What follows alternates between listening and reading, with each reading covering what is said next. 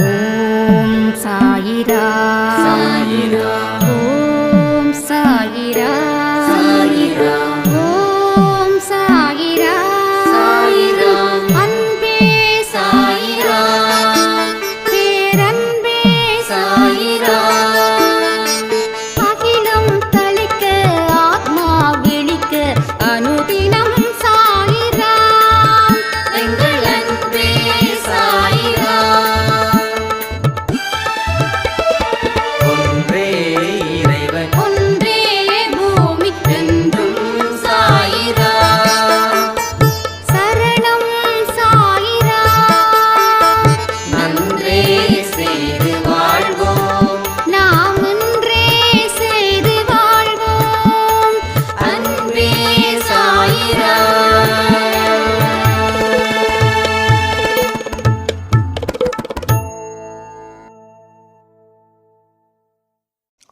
சாய்ரா.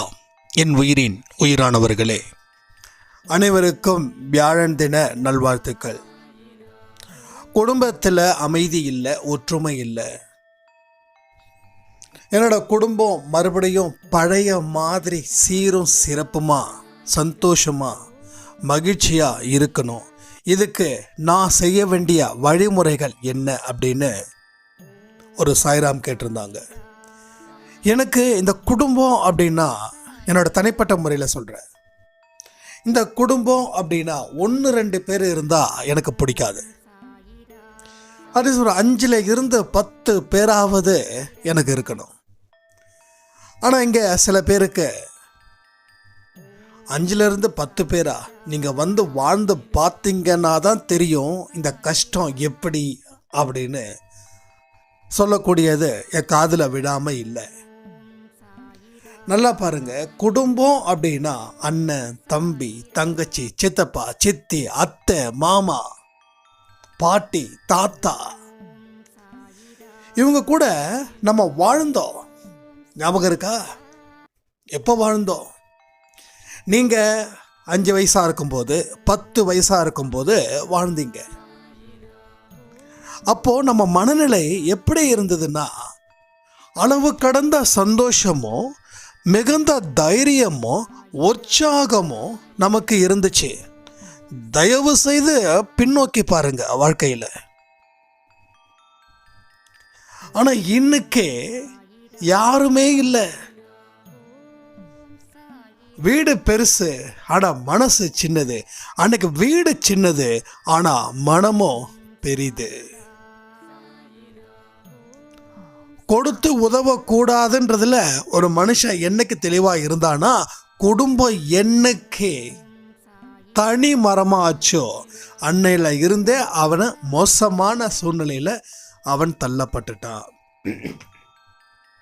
இப்பெல்லாம் பார்த்தீங்கன்னா ஒரு 7 வயசு 8 வயசு ஆன குழந்தைக்கு, அது ஆணாக இருக்கட்டும் பொண்ணாக இருக்கட்டும், தனி ரூம். இப்போ தனி ரூமாக இருக்கும்போது அந்த குழந்தைங்க தன்னை தனிமைப்படுத்திக்கிறாங்க. ஸோ தனிமையில் நிறைய பேர் தவறுகள் அங்கே தான் நடக்குது. ஒரு பர்டிகுலர் ஏஜ் ஆனதுக்கப்புறம் அந்த குழந்தையோட மனநிலை நல்ல மனநிலையாக இருக்குதா இல்லை கெட்ட மனநிலையாக மாறுதா அப்படின்னா, அதிகமாக சொல்கிறேன், ஒரு 70% கூட நான் சொல்ல முடியும், இல்லை 60% கூட சொல்ல முடியும். மனது வேற மாதிரி போகுது. சின்ன வயசுலேயே ஆணும் பெண்ணும் நண்பர்களை தேட ஆரம்பிக்கிறாங்க. 15-16 வயசில், அதுக்கு கீழே கூட சொல்லலாம் இன்னும் சொல்லணும்னா. ஏன்னா குடும்பத்தில் மக்களே இல்லை. ஒரு குடும்பம் அப்படின்னா அம்மா அப்பா குழந்தை, அவ்வளோதான்.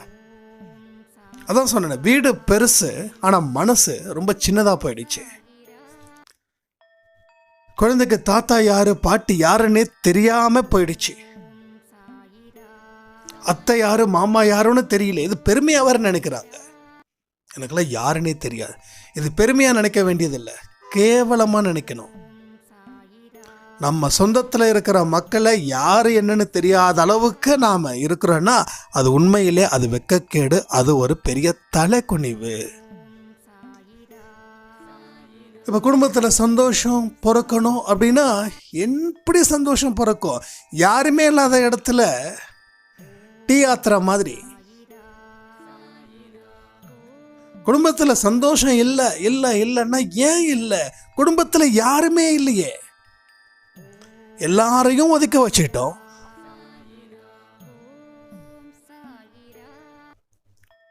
தனியா இருக்கணும்னு ஆசைப்படுறோம். ஆனா தனியா இருக்கும்போது எப்படி சந்தோஷமா இருக்க முடியும்? சந்தோஷமா இருக்கணும்னா குடும்பத்தோட இரு. சந்தோஷம் வேண்டாம் அப்படின்னா தனித்திரு. அப்ப தனித்து இருந்துகிட்டு நான் சந்தோஷமா இருக்க முடியல அப்படின்னு ஃபீல் பண்றது உங்க வாழ்க்கையில நீங்களா ஒரு தோல்வியை ஏற்படுத்தி ஏன் நான் என் தோல்வியை ஏற்படுத்திக்கிட்டேன்னு சொன்னதுக்கு சமம். இன்னொரு விஷயமும் சொல்றேன். கூட்டு குடும்பத்துல கடவுளுடைய ஆசீர்வாதம் பரிபூர்ணமா கிடைக்கும். ஆனால் இங்கே சில பேர் தப்பாக நினச்சிக்க கூடாது. என்ன அண்ணா, நான் இது மாதிரி ஃபாரினில் இருக்கேன், நான் குடும்பத்தை விட்டு இருக்கேனே, அது இவங்களுக்கெல்லாம் செட் ஆகாது. ஏன்னா இவங்கெல்லாம் குடும்பத்தோடைய ஒரு விளக்கு. இவங்க குடும்பத்தை தியாகம் பண்ணுறாங்கன்னா இவங்க குடும்பத்தை எந்த அளவுக்கு நேசிக்கிறாங்கன்றது எனக்கு தெரியாமலாம் இல்லை.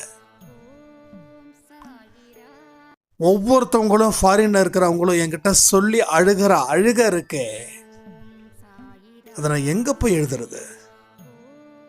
என்னோட கண்ணீரில் தான் அதை எழுத முடியும். அப்படிப்பட்ட வழிகள் நிறைந்தது. இப்போ கூட சொல்கிறேன், உங்கள் அம்மாவோ உங்கள் அப்பாவோ உங்கள் தாத்தாவோ ஃபாரினில் இருக்காரு, சந்தோஷமாக இருக்காருன்னு நினைக்காதீங்க. சந்தோஷத்தை மறந்து நீங்கள் சந்தோஷமாக இருக்கணும்னு அவங்க தன்னை தியாகம் பண்ணிக்கிறாங்க. அதை புரிஞ்சுக்கோங்க. யாருக்கும் இந்த பனிஷ்மெண்ட் இருக்கக்கூடாது. என் அம்மா இவ்வளோ தூரம் கஷ்டப்படுறாங்கன்னா புள்ள என்ன பண்ணணும்னா சீக்கிரமாக செட்டில் ஆகிறதுக்கு முயற்சிகள் செய்யணும். கவனத்தை தொழில் மேலேயோ இல்லை வேலை மேலேயோ செலுத்தணும். என்னோட அம்மா எனக்காக கஷ்டப்பட்டுட்டு இருக்காங்க, நான் நல்ல நிலைக்கு சீக்கிரம் வரணும்னு சொல்லி கடவுள்கிட்ட பிரார்த்தனை செய்யணும். எனக்காக இல்லை, என்னோட அம்மா சிரிக்கணும், என் அப்பா சிரிக்கணும், என்னோட அப்பா முகத்தில் புன்னகை கிடைக்கணும், என் அம்மா முகத்தில் புன்னகை கிடைக்கணும். என்னோட அம்மாவும் அப்பாவும் பண்ண தியாகம் போதும். அவங்கள சந்தோஷமான மனநிலையில் நான் வாழ வைக்கணும்னு எந்த புள்ள கடவுள் முன்னாடி மண்டியிட்டு கேட்குதோ அந்த குழந்தைங்களோட வாழ்க்கை சாயப்பா பல மடங்கு சந்தோஷத்தை அமைச்சு கொடுப்பாரு. ஏன்னா இன்னைக்கு குழந்தைங்களுடைய ரூட்டுன்றது வேற மாதிரி போயிடுச்சு. என் அம்மா சம்பாதிக்கிறாங்க, காசு அனுப்புகிறாங்க, நான் சம்பாதிக்கிறேன், நான் அனுபவிக்கிறேன். எனக்கு என்னோட வாழ்க்கை முக்கியம், என்னோட வாழ்க்கையை நான் டிசைட் பண்ணணும்னு அன்னைக்கு அந்த குழந்தைங்க நினைக்கிறாங்க பாருங்க, அன்னைக்கு அவங்க விஷத்தை சாப்பிட்றதுக்கு சமம்.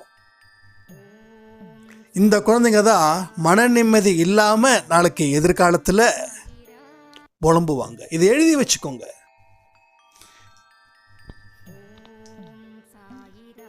குழந்தைகளை என்னைக்குமே ஒரு குடும்பத்தோட இணைச்சி இவங்க தான் அத்தை, இவங்க தான் மாமான்னு சொல்லணும். எந்த சொந்தமும் வரக்கூடாதுன்னு யாரும் நினைச்சாலும் அந்த இடத்துல தெய்வம் துணை நிற்காது. தெய்வம் வருவதற்கும் வாய்ப்புகள் இல்லை. ஒருவேளை உங்கள் சொந்தங்கள் உங்களை ஒதுக்கி வச்சுட்டாங்கன்னா அதை பற்றி கவலைப்பட வேண்டாம். நான் அவங்கள குறை சொல்லலை.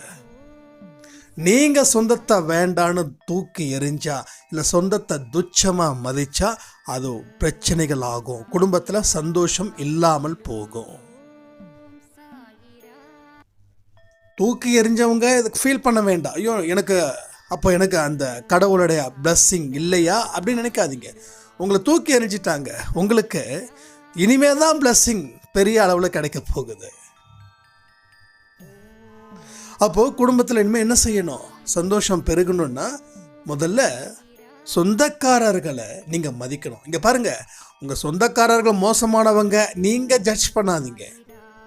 ஒன்று மட்டும் புரிஞ்சுக்கோங்க, நம்மளை விட மோசக்காரன் யாரும் இல்லைன்னு நினைங்க. அப்போ தான் அந்த அந்த எல்லாருக்கிட்டேயும் நாம் அந்த கௌரவமாக தெரிய மாட்டோம், கௌரவமாக பேச மாட்டோம், ஒரு மாதிரி அகந்தையாக நடந்துக்க மாட்டோம். அவன் ரொம்ப கோபக்காரன், அவன் ஒரு மோசமானவன் அப்படின்னு நினைக்கிறத தாண்டி அவனை விட நான் கோபக்காரன், மோசமானவன் நினைங்க. அப்போ அவன் மேலே இருக்கக்கூடிய அந்த கோபம் போயிடும். எல்லா மனுஷன் மேலேயும் சில பேர் அந்த குற்றத்தை பார்த்துக்கிட்டே இருப்பாங்க.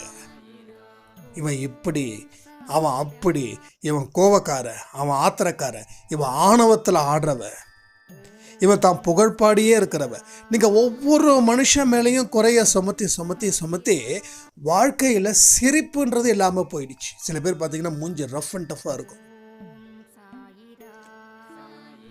ரொம்ப ரஃப் அண்ட் டஃப்பாக இருக்கும். ஒரு ஸ்மைலிங் சான்ஸே கிடையாது. ஏன்னா சிரிக்க மறந்துட்டாங்க, சிரிக்க மறந்தாச்சு. சில பேர் இப்படி இருந்தால் தான் என்னை ஏமாற்ற மாட்டாங்கன்னு நினைக்கிறவங்களும் இருக்காங்க. அது மிக தவறான விஷயங்கள்.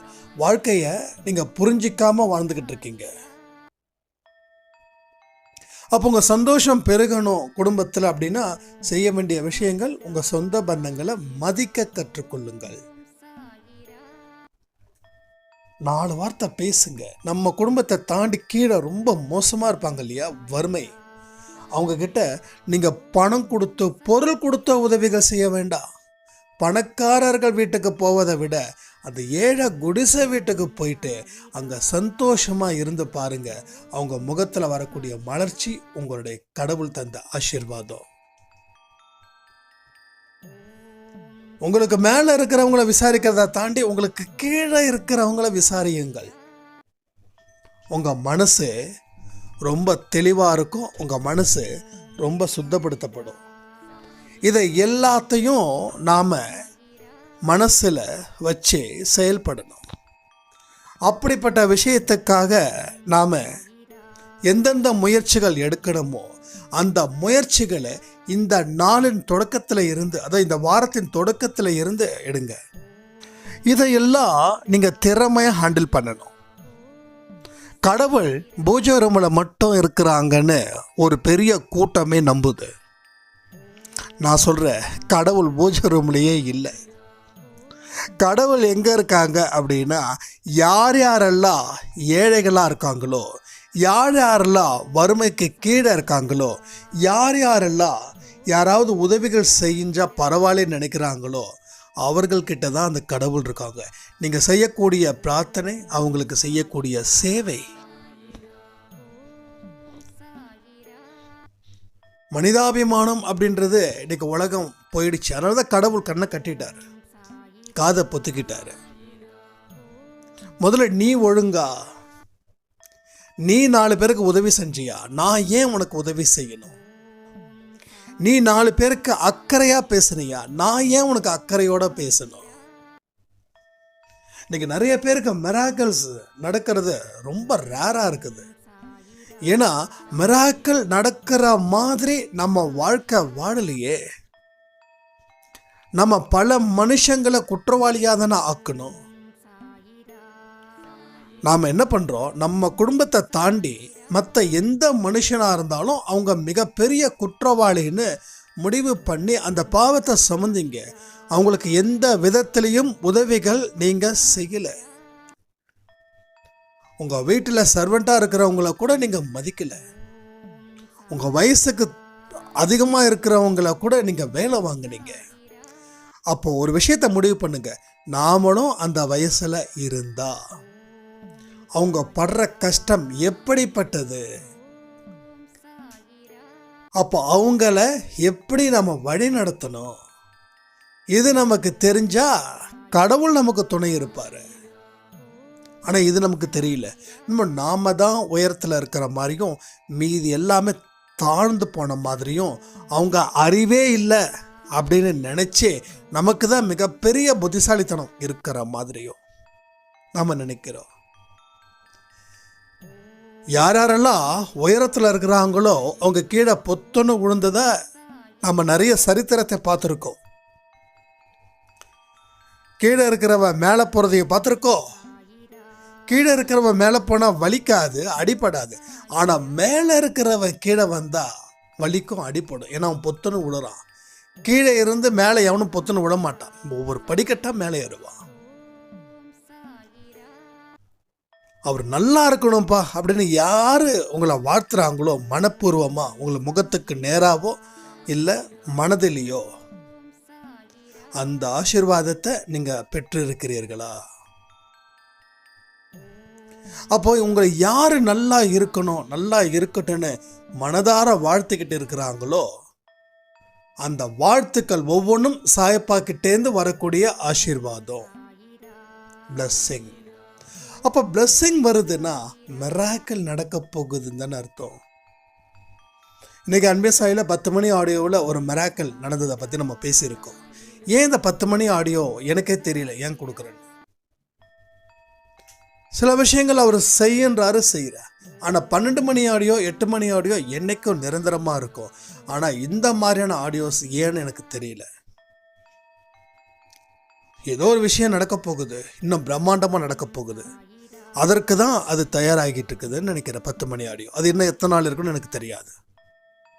ஸோ மிராக்கிள்ஸ் இங்கே சர்வ சாதாரணமாக நம்ம வாழ்க்கையில் நடக்கணும்னா குடும்பத்தை நேசி. அதை தாண்டி உன் குடும்பத்தில் இருக்கக்கூடிய சொந்தங்களை நேசி. அதை தாண்டி உன்னோட நண்பர்களை நேசி, பக்கத்து வீட்டுக்காரர்களை நேசி. அதை தாண்டி உனது மக்களை நேசி, உன்னோட சமுதாயத்தை நேசி. குறை இருக்கே அந்த பேச்சே வரக்கூடாது. யாருக்கு தான் குறை இல்லை? நமக்கு குறை இல்லையா என்ன? நம்மளை பற்றி 10 பேர்கிட்ட ஓப்பனாக சொல்லுங்க என்னை பற்றி அப்படின்னா அவங்க சொல்லக்கூடிய வார்த்தைகள் உங்களுக்கு பிரமிப்பாக இருக்கும். என்ன சொல்லுவாங்க? நீங்கள் ரொம்ப கோவக்காரரு, நீங்கள் ரொம்ப ஆணவம் பிடிச்சவர், நீங்கள் ரொம்ப திமிர் பிடிச்சவர், நீங்கள் ஒரு முட்டாள், நீங்கள் ரொம்ப கஞ்ச பிரபு, இப்படி தான் சொல்லுவாங்க. அப்போது நம்மளை பற்றி மற்றவங்ககிட்ட சொன்னால் நீங்கள் என்ன மற்றவங்க கிட்ட சொல்கிறீங்களோ அதே தான் உங்களுக்கும் வரும். நீங்கள் என்னென்ன விஷயங்கள் உங்கள் மனசில் இருந்து வெளியில் வருதோ அது திருப்பி உங்களுக்கு தான் வரும். செவுத்தில் அடித்த பால் உங்களை நோக்கி தான் வரும், கீழே அடிக்கிற பாலும் உங்களை நோக்கி தான் வரும். இதெல்லாம் இயற்கை ஃப்ரீயாக கற்றுக் கொடுக்கக்கூடிய பயிற்சிகள். செவுத்தில் அடித்த பால் செவுத்தை பொழந்துக்கிட்டு போகாது. செவுத்தை பொழந்துக்கிட்டு போகணுன்னா அது கடவுளால் மட்டும்தான் முடியும். கடவுள் தான் அந்த வித்தைகள் எல்லாம் செய்வார், மனிதன் செய்ய முடியாது. ஸோ மனிதன் என்னென்னலாம் செய்கிறானோ அதுதான். அது இயற்கையை பார்த்து நம்ம நிறைய தெரிஞ்சுக்கலாம். இயற்கையை பார்க்க சொன்னால் யாரும் பார்க்கறதில்ல. ஒரு மூவியை பார்க்கலாமா? ஓகே, அதுக்கு ரெடி. ஆனால் இயற்கையை பார்த்து ரசிங்க, இயற்கையை பார்த்து நிறைய கற்றுக்கோங்க. இயற்கை உங்கள் வாழ்க்கையில் வளம் சேர்க்க வந்த ஒரு அரிய விஷயங்கள். இயற்கைனா உடனே ஊட்டிக்கோ கொடைக்கானலுக்கோ போயிடக்கூடாது. நம்ம கண்ணுக்கு முன்னாடி வீட்டுக்கு வெளியில் எது எதெல்லாம் வெளிப்புறமாக இருக்குதோ அது அத்தனையுமே இயற்கைகள் தானே.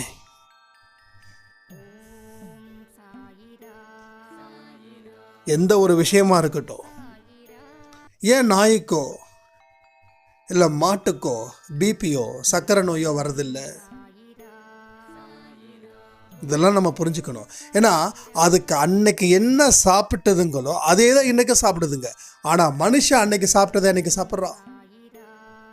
அன்னைக்கு அவன் சாப்பிட்ட சாப்பாடுல இன்னைக்கு ஒரு துளி கூட அவன் சாப்பிடல. இன்னைக்கு அவன் மாடர்ன் வாழ்க்கையில் எல்லாம் மாறிடுச்சு. பீஸா பர்கர் தான் நல்ல ஃபுட்டுன்னு சொல்கிறான். பீஸாவில் என்ன பார்த்துன்னா 2-3 கேரட் இருக்கும், அதில் கேரட் கிடைக்குது அப்படின்றான். 2-3 கேரட்னா ஒரு சுண்டு விரல் இருக்கக்கூடிய கேரட்டை 4 கட் பண்ணி அது energetic food, beans energetic food. ஆனால் நாம் ஒரு காலத்தில் பச்சையாக சாப்பிட்டோம். கேரட் செடியில் விளையும், அதை இது பண்ணி சாப்பிட்டோம். அன்னைக்கு சாப்பிட்டதை மனுஷன் சாப்பிடல. அன்னைக்கு என்ன இருக்குதோ அவன் இன்னைக்கு வரைக்கும் சாப்பிட்டுட்டு இருந்தானா அவனும் இந்த பிபி வந்திருக்காது, சுகர் வந்திருக்காது, கிட்னி எதுவும் வந்திருக்காது. ஆனால் இன்னைக்கு என்ன சாப்பிட்றோம்? வெளியில் என்னென்னலாம் கிடைக்குதோ அத்தனையும் நம்ம சாப்பிட்றோம், அத்தனையும் நமக்கு பிடிக்குது. ஒரு நாள் பரோட்டா, ஒரு நாள் காளான், ஒரு நாள் காலிஃப்ளவர், இது மாதிரி ஃப்ரை பண்ணது, சிக்கன், மட்டன், பிரியாணி, ஒரு நாளும் ஒவ்வொரு டிஷ்ஷை சாப்பிடுன்னு நினைக்கிறான். அப்போ ஒரு கொஞ்ச நாளுக்கு ஆனதுக்கப்புறம் ஒவ்வொரு வியாதிக்கும் ஒவ்வொரு மாத்திரையை போடுறான். ஆனால் நாயோ இல்லை மிருகமோ பறவைகளோ எந்த பிபியும் வரல, அதுக்கு இயல்பாக பிறக்குதுங்க, இயல்பாக சாகுதுங்க. அதுக்கு கை வலி இல்லை, கால் வலி இல்லை, மூட்டு வலி இல்லை, எல்லாமே பர்ஃபெக்டாக இருக்குது. அன்னைக்கு எத்தனை மணிக்கு காலை எந்திரிச்சதுங்களோ, எந்திரிச்சு எத்தனை மணிக்கு தூங்கணும்னு முடிவு பண்ணுதுங்களோ அத்தனை மணிக்கு தூங்குதுங்க. இதெல்லாம் இயற்கையை பார்த்து கற்றுக்கக்கூடிய விஷயங்கள். ஆனால் மனிதன் அன்னைக்கு ஒரு குடும்பமாக இருந்தவன் இன்னைக்கு தனி மரமாக ஆயிட்டான். இதுதான் நடக்குது. அன்னைக்கு நடந்த விஷயங்கள் இன்னைக்கு நடந்துச்சுன்னா எல்லாரும் தெம்பாக இருப்பாங்க. அம்மாவுடைய தாத்தா பாட்டிகள், அப்பாவோட தாத்தா பாட்டிகள் அடிக்கடி நான் அந்த கதையை கேட்பேன். அப்போ இவங்கெல்லாம் எப்படின்னா ஒரு ஊர், அந்த ஊருக்குள்ளே தான் அத்தனை சொந்தமும் இருப்பாங்க. நான் இது ரொம்ப சின்னதாக இருக்கும்போது எனக்கு தெரியும், இவர் அத்தை வீடு, மாமா வீடு, அந்த ஒரு கிராமம் எப்படி இருக்கும்னா ஒரு தெரு ஃபுல்லாக இந்த பக்கம் 10 வீடுங்க, அந்த பக்கம் 10 வீடுங்க, மொத்தம் ஒரு 20 வீடுங்க. 20 வீட்டில் ஒரு வீட்டுக்கு குறைஞ்சபட்சம் 5 பேருன்னா 20 × 5 எவ்வளோ? கிட்டத்தட்ட 100 பேர் நம்ம சொந்தங்கள் நம்ம கூடவே இருக்கிற மாதிரி இருக்கும். நான் 5வது படிக்கிற வரைக்கும் அந்த கிராமத்தில் இருந்தேன். அப்போ எனக்கு ஏதாவது பசிக்குது அப்படின்னா, அப்போ அப்படியே நடந்து போகும்போது எங்கேயாவது ஒரு வாசனை வந்துச்சுன்னா, நாம் தோசையா அவங்க வீட்டில் அப்படின்னு நம்ம கேட்போம். நான் கேட்பேன், ஆமாண்டா வாடா வா சாப்பிடுவா அப்படின்னு சொல்லி ரோட்டில் போகிறவனை கையை பிடிச்சி கேட்காமலே கூட நடக்கும், கேட்டும் நடக்கும். கையை பிடிச்சி இழுத்து இந்தா சாப்பிடு. அந்த ஆப்பம்லாம் செய்வாங்க, தேங்காய் பால் ஆப்பம், அது என்ன ரொம்ப ஃபேவரட் எனக்கு. இப்போது அதெல்லாம் மறந்து போயிடுச்சு. தேங்காய் பால் ஆப்பம் நல்லா சூப்பராக இருக்கும். நல்ல ஒரு 2-3 சாப்பிட்டுட்டு அதுக்கப்புறமா வீட்டுக்கு போய் டேய் சாப்பிட்றியாடா அப்படின்னு அத்தை கேட்பாங்க. இல்லை அத்தை வேண்டாம். ஏண்டா? அங்கே சாப்பிட்டியாங்க, சரி ஓகே விடு, இவ்வளோதான். நம்ம வீட்டு சாப்பாடு வேற ஒருத்தவங்க சாப்பிட்டு போவாங்க. வா சாப்பிட்றியா அப்படின்வாங்க. சரி போனேன் சாப்பாடு அப்படின்வாங்க. எல்லாருக்கும் எல்லாமே இருக்குது. இவங்க வீட்டில் காசு இல்லை அதனால தான் அவங்க வீட்டில் சாப்பிட்றாங்க அப்படின்லாம் இல்லை, எல்லாருக்கும் எல்லாமே இருக்கு. ஆனால் அன்புன்னு ஒன்று இருந்ததால் அது நடந்தது. ஆனால் இன்னைக்கு நம்ம ஒரு வீட்டுக்கு போனால் தண்ணி கொடுக்கறதுக்கு கூட யாரும் தயாராக இல்லை. அதே மீறி ஒரு வீட்டுக்கு போனால் வந்தவொடனே வாங்கன்னு சொல்லி விசாரிச்சுட்டு அவங்கவுங்க வேலையை பார்ப்பதில் தெளிவாக இருப்பாங்க. ஒருத்தங்க டிவி பார்ப்பாங்க, ஒருத்தவங்க மொபைல் பார்ப்பாங்க. சின்ன குழந்தைங்க அந்த வீட்டில் இருக்கும். அந்த குழந்தைங்க ரூமை விட்டு வெளியிலேயே வராதுங்க. பார்த்தீங்களா எவ்வளோ பெரிய மனுஷனுடைய மாற்றங்கள் எந்த அளவில் அவனோட வீழ்ச்சியை கொடுத்துருக்குது, விரக்தியை கொடுத்துருக்குதுன்றது உங்களுக்கு புரியுதா? அப்போ குடும்ப ஒற்றுமையாக இருக்கணும் நினைக்கிறத தாண்டி குடும்பத்தை எப்படி நீங்கள் பார்க்குறீங்க, குடும்பத்துக்காக என்னென்ன விஷயத்தை நீங்கள் செய்கிறீங்க, இதன் மூலமாக குடும்பத்தை எப்படி நாம் உருவாக்க முடியும் அப்படின்றத யோசிச்சு பாருங்க. அதெல்லாம் அந்த காலம் அப்படின்னு நினைக்காதீங்க. இப்பயும் ஒரு வாய்ப்பு இருக்கு. பிரிஞ்சு போன சொந்தத்தை ஒன்றாக்குறதுக்கு ஏன் முயற்சி பண்ணல? உங்களோட பொண்ணோ உங்களோட மகனோ காதலிச்சு கல்யாணம் பண்ணிட்டாங்கன்னா ஏன் அவங்க வாழ்த்த மனசு இல்லை? அப்படி என்ன பெரிய ஜாதி, அப்படி என்ன பெரிய சொத்து? ஒன்றுமே இல்லை, எதுவுமே கிடையாது. இந்த ஜாதி தயவு செய்து கொண்டு தலையில் திணிக்காதீங்க. அதை திணிச்சிட்டா அதை விட முட்டாள் உலகத்தில் யாருமே இல்லை. பாரதியாரே சொல்லியிருக்கார், ஜாதிகள் இல்லை அடி பாப்பா. அவரோட வார்த்தைகளை கொஞ்சமாவது கேட்கணுமா இல்லையா? எதையுமே கேட்க நம்ம தயாராக இல்லை. நாமளா ஒரு சட்டத்தை எழுதுகிறோம். அந்த சட்டங்கள் அத்தனையும் உங்களை கவுக்க போகிறது தான், வேற ஒன்றுமே கிடையாது. ஸோ ஜாதிகள்லாம் தூக்கி எறிஞ்சிடுங்க. அது வேண்டாம். அது இருந்தால் அது மனுஷனுக்கு அழிவை தான் தரும். இப்போ ஜாதியை தாண்டி அன்புன்றதை கொடுங்க. அந்த அன்புக்காக நீங்கள் சில விஷயங்கள் செய்ய முயற்சிகள் செய்யுங்க. கடவுள் உங்கள் கூடவே இருப்பார். யாராவது அது மாதிரி காதலிச்சு கல்யாணம் பண்ணியிருக்காங்கன்னா அவங்கள கூப்பிட்டு வீட்டுக்கு வாடான்னு சொல்லுங்கள், வீட்டுக்கு வாமான்னு சொல்லுங்கள். அவங்களுக்கு தேவையானதை மனப்பூர்வமாக செய்யுங்க. தயவு செய்து சொல்கிறேன், இதற்காக ஒதுக்கி வச்சுட்டு அவங்கள வேதனைப்படுத்தி நீங்களும் அந்த வேதனையை அனுபவிக்காதீங்க. பாருங்க, உங்கள் குடும்பத்தை விட்டு பிரிஞ்சு போனவங்களை நினச்சிக்கிட்டு உங்களுக்கும் கஷ்டம் அவங்களுக்கும் கஷ்டம். திருப்பி வான்னு சொல்லுங்க. 4 வார்த்தை சிரித்து பேசி பாருங்க. உங்கள் உடம்புல இருக்கிற அத்தனை நோயும் குணமாகும். ஸோ ஈகோலாம் விட்டுடுங்க, வேண்டாம். அது அது இம்சை. ஏன் இம்சையை நோக்கி நம்ம போகணும்னு கேட்குற? சந்தோஷமாக இருக்கலாமே, சிரிச்ச முகத்தோடு இருக்கலாமே, நம்ம வீட்டில் ஒரு ஆனந்தம் பிறக்கட்டுமே. நல்ல வார்த்தைகள் நம்ம வீடும் கேட்கல, நம்ம காதும் கேட்கல. காலையில் எந்திரிச்சதுலேருந்து நைட்டு வரைக்கும் எப்படிப்பட்ட புலம்பல்கள். இதனால் என்ன சாதிச்சிருக்கோம்? நாம் ஒன்றுமே இல்லை. அதனால் பெத்த குழந்தைங்களை நல்லபடியாக பார்த்துக்கிட்டாதான் தன்னை பார்த்துக்கிற மாதிரி. பெத்த குழந்தைங்களை இப்படி பண்ணிட்டாங்க அப்படி பண்ணிட்டாங்க அப்படின்னு சொல்லி அவங்கள சாபம் விடுறதோ, இல்லை உங்களோட பையனை மட்டுமோ இல்லை உங்கள் பொண்ணை மட்டுமோ ப்ரெஃபரன்ஸ் கொடுத்துட்டு உங்கள் குழந்தை கல்யாணம் பண்ண ஆணோ பெண்ணோ இருக்கட்டும் அவங்கள நீங்கள் மனசார வெறுக்கிறது உங்கள் வாழ்க்கையை மறுபடியும் எங்கே போய் தள்ளும்? துக்கத்தில் தான் போய் தள்ளும். முடிவு உங்கள் கையில். இந்த குடும்பத்தை காக்க வேண்டிய பொறுப்பு உங்களுக்கு. காலம் மாறிடுச்சுன்னு சொல்லி கதை விட வேண்டாம். காலம் இன்னும் மாறலை. நீங்கள் உயிரோடு இருக்கிற வரைக்கும் காலம் இருக்குது. ஸோ காலத்துக்கு இன்னமும் உயிர் இருக்குது. ஏன்னா உங்களுக்கு உயிர் இருக்குது. இந்த நான் சொல்லக்கூடிய விஷயங்கள் கரெக்டுனா நீங்கள் செய்யுங்க, இல்லை தப்புனா எனக்கு புத்திமதி சொல்லுங்கள், நான் தெரிஞ்சுக்கிறேன். ஸோ நம்ம சாயப்பா நம்ம கூடவே இருந்து நம்ம குடும்பத்தை நல்வழிப்படுத்தணும்னு சொல்லி இந்த ஆடியோவை நான் முடிக்கிறேன். ஜெய் சாய்ராம்.